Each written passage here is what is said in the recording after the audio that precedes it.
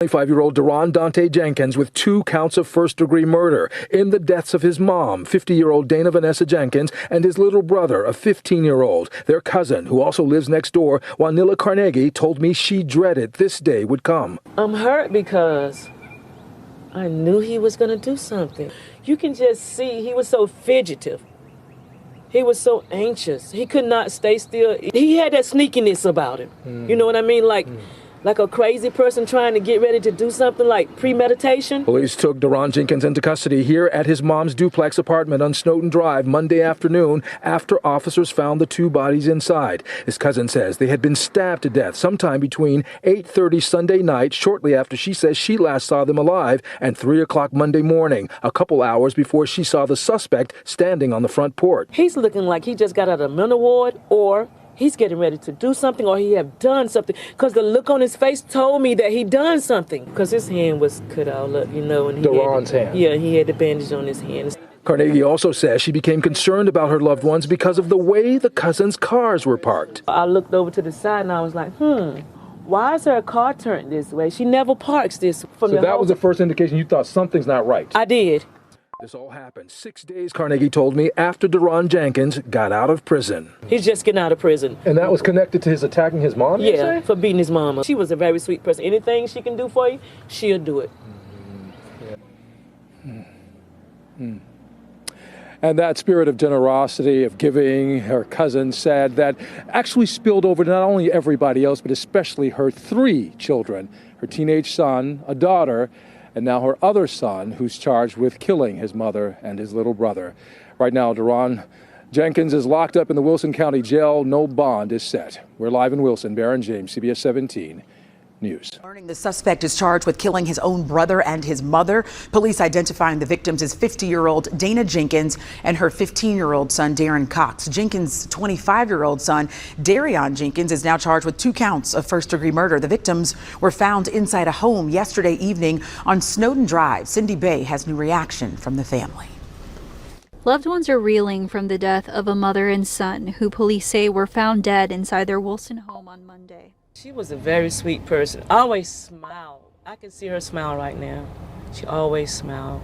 Juanilla Carnegie lives next door to her cousin Dana Jenkins, who was allegedly killed by her older son, 25-year-old Darion Jenkins. Jenkins is also accused of killing his 15-year-old brother, a Wilson County school student who is being remembered by Beddingfield High School and Mount Moriah Community Church in Wilson. They loved each other. They loved us. We loved them. Especially Darren. He meant the world to all of us. Our teens here, they're grieving heavily. According to court documents, Jenkins was released from prison on March 25th on separate charges, just 1 week before the incident. Jenkins is facing 2 counts of first-degree murder as Wilson police investigate the circumstances surrounding the victims' deaths. This is a tragedy, and honestly, there is no winner in this. And I'll be praying for everyone watching this, everyone affected by this and impacted by this. Cindy Bay, ABC 11. WRL's Carly Haynes is live in Wilson with where this investigation stands. Carly, such a disturbing case. On Snowden Drive, where we are right now, we have seen cleaning crews going into the home where Wilson police say this happened. They've been entering with hazmat suits. You can see the green truck right there. And we learned from our reporting that Deron Jenkins, the suspect in this case, had been released from prison less than a week before he's accused of killing his mother and his brother. We want to show you a photo of Jenkins. He appeared in court today. He's facing 2 counts of first-degree murder. Wilson police responded to this home on Snowden Drive around 5:30 yesterday and found 2 people dead inside. Today, we have learned those 2 people have been identified as Jenkins' mom, 50-year-old Dana Jenkins, and his 15-year-old brother. He is a juvenile, so Wilson police are not releasing his name at this time. But we have reached out to friends of the family and to their church, who they were very involved with, and they said those 2 people will be loved and missed by so many. Carly Haynes, WRAL News, live in Wilson.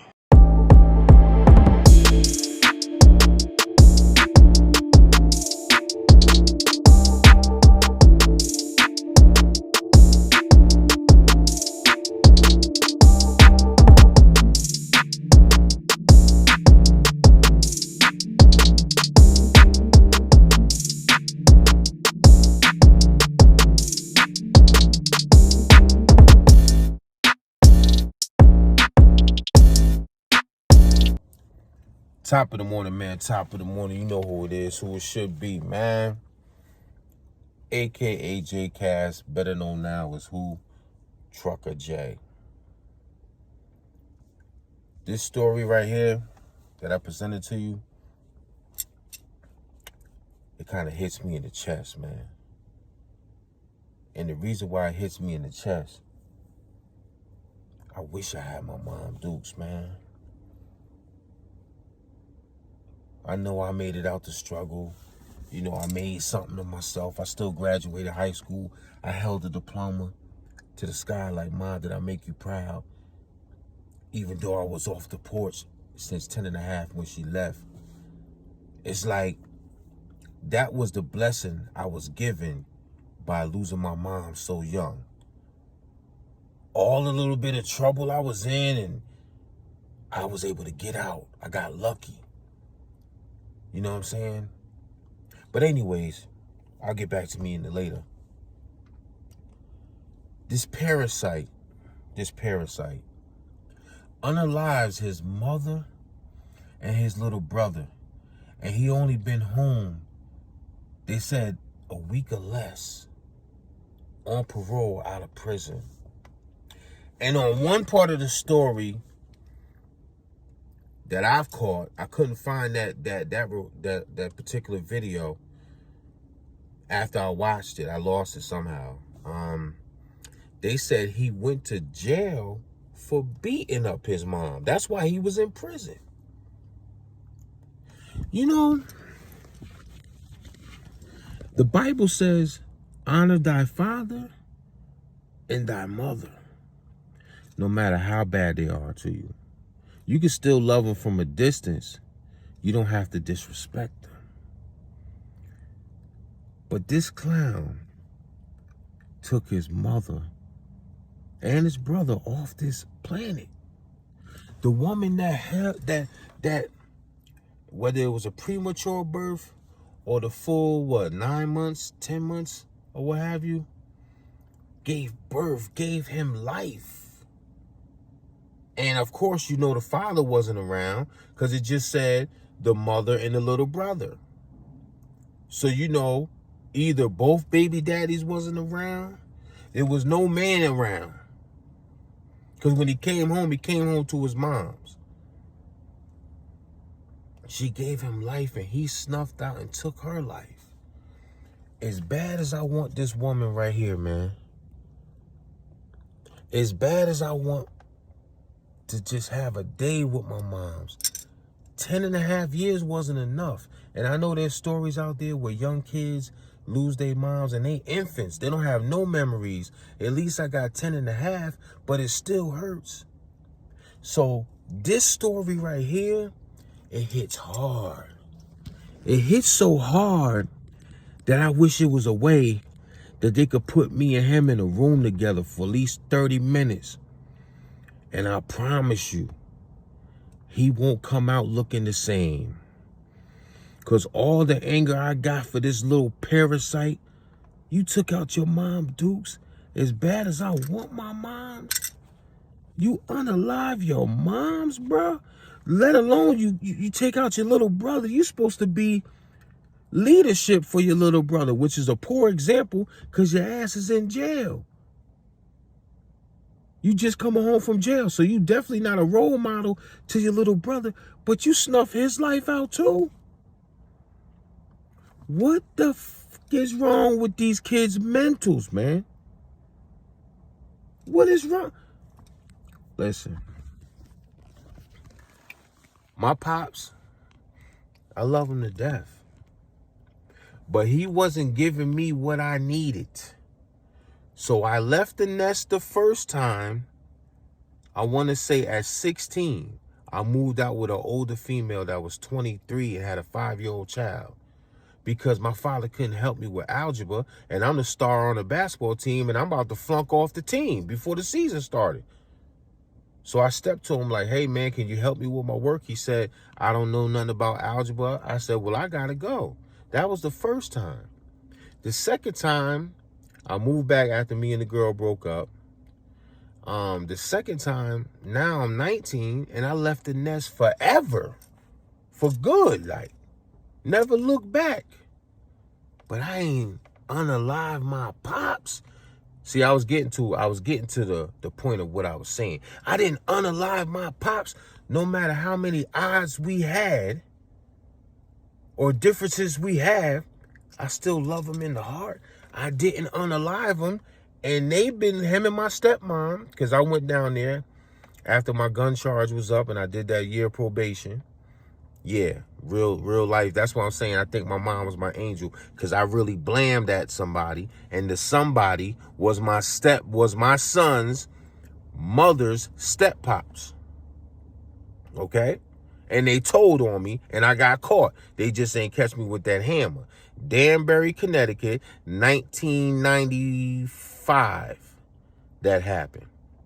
I did the whole year probation. In like the beginning of 96, my year was up. And then I moved to Florida with my stepmom and my pops. And I went to UCF, got hurt playing basketball that first season. It was over. It was back to the streets. But anyways, I didn't resent my dad. I mean, I did resent him, but I didn't unalive him. They still living good in that big ass house down in Oviedo, Florida. You get what I'm saying? So it strikes me, why would he want to unalive his mom? And then on top of that, put the cherry on top, he unalived his brother. Like, I'm just trying to figure out. And now the cousin next door said that she noticed that he was acting strange, right? You noticed he was acting strange. You had at least a week to say something to somebody. Tell a cousin, a male uncle, brother, somebody, like, hey, check your nephew because he acting weird. Maybe that situation wouldn't have happened because somebody else would have came over and evaluated him like sis, cuz, you need to get away from him. You need to kick him out, get away from him. He probably would have came back and tried to unalive him, but at least it would have been a disruption in it. It wouldn't have been so easy for him to just poke them up and take them out, man. This generation, I don't understand it, because even with, I couldn't stand my pops at one point. I didn't want to harm him. Lord willing, he's still living. He's about to be 76 in July. But the moral of the story is, youngsters, you gotta honor your mother, your fathers, man. Fathers get a bad rap because if they ain't around, they could become a deadbeat. So I understand that, but you still don't unalive your dad. You just don't speak to him. But your mom's birthed you. And there's a lot of bad moms out there too that give up their kids and don't do right by their kids, but you still have to respect them. They gave you life. Without them, you wouldn't be here. I wouldn't be here. You understand what I'm saying? Respect your parents, man. Even if you have to respect them from a distance and love them from a distance, you can do that too. Nobody's saying that you have to kiss up to a parent that was bad, that didn't do anything for you, that didn't nurture you. I am definitely a product of that. My father was non-nurturing. He went to work. The only thing I learned from him is what I'm doing now. I always come to work damn near an hour before. I sit out here, I unwind, I drink my coffee. You know what I'm saying? I get right because I have to drive an 18-wheeler at 6:30 in the morning. So I have to be focused because there's other lives on the road that I'm responsible for not hitting. So that's why I do this. I don't care about what everybody else. So Jake asked, why you come to work so early? Because I can't just get up, roll out the bed, and get in the truck. I got to sit and get right. I learned that from that man from afar. He didn't teach me. I learned that from watching him. He was always on time for work, and he never called out. He even went to work with pneumonia until he got so weak he had to get put in the hospital for a week. I come to work, man, and I come on time. So basically what I'm saying is you can learn something from your parents from afar, and you can love them from afar. You don't have to be, if they're not that great of a parent, you can stay away from them, but you don't unalive the person that gave you life. This parasite is going to go to jail. And you know, in jail, what you here for, bruh? What's your stripes?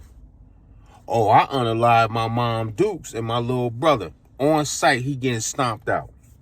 He gonna have to be in PC.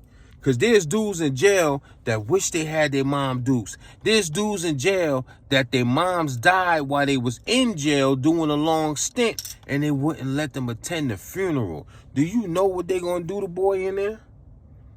They gonna be like, you unalived your mom's, your little brother. On sight, he is getting stomped out. He gonna be in PC. So it's no wins for him. He's going to be tortured. If he don't get the death penalty, he's going to be tortured the whole time he's in there. Because I know if I was in there and I heard about boy unaliving his mom, I wanted first dibs. I'd have been gambling like, yo, I'll give you all my commissary. Let me get my hands on him in the showers. Pause. My bad. Reverse that. In the cafeteria or on the yard. Let me get my hands on him. That ain't sound good.